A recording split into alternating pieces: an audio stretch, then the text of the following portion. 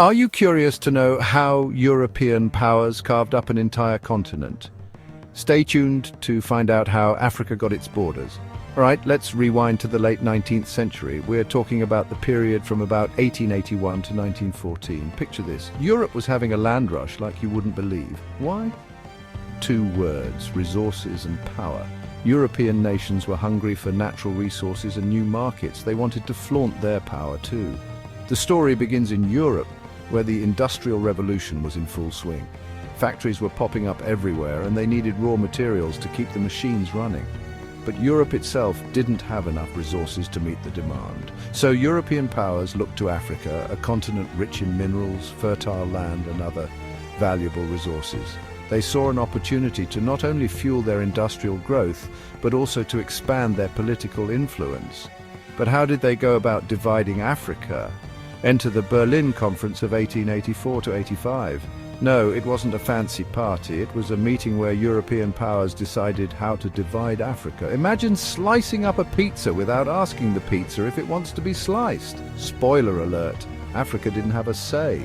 Colonization kicked off with European countries rushing to claim territories. Britain, France, Germany, Portugal, they were all in on it. They set up colonies. But guess what? African peoples resisted. Leaders like Ethiopia's Menelik II stood their ground, winning battles and keeping their land, but let's talk consequences. The scramble for Africa left a messy legacy. Artificial borders split tribes and communities, causing conflicts that still affect Africa today. Cultures were disrupted and the continent's development took a major hit. The Berlin Conference was a pivotal moment. European leaders sat around a table drawing lines on a map, with little regard for the people who lived there. They were more interested in their own power and wealth. The rush for land was frantic.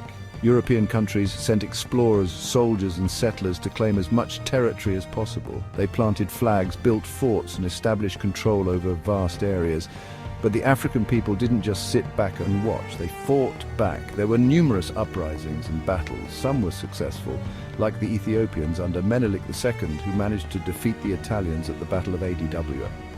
However, many African societies were overwhelmed by the superior military technology of the Europeans.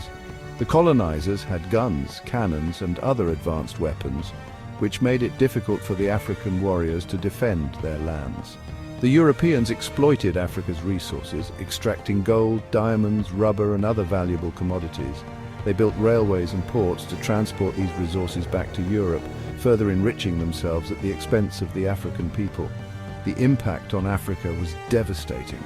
Traditional economies were disrupted and many people were forced into labor.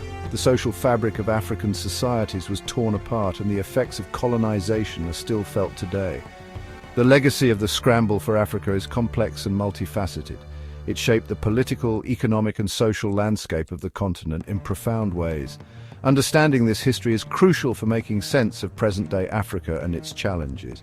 So, as we continue to explore history, let's remember the lessons of the past and strive for a more just and equitable world. Stay curious, stay informed, and keep exploring history with us.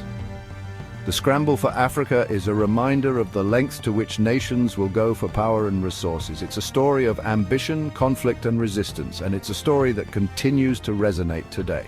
So stay curious, stay informed, and keep exploring history with us. Subscribe.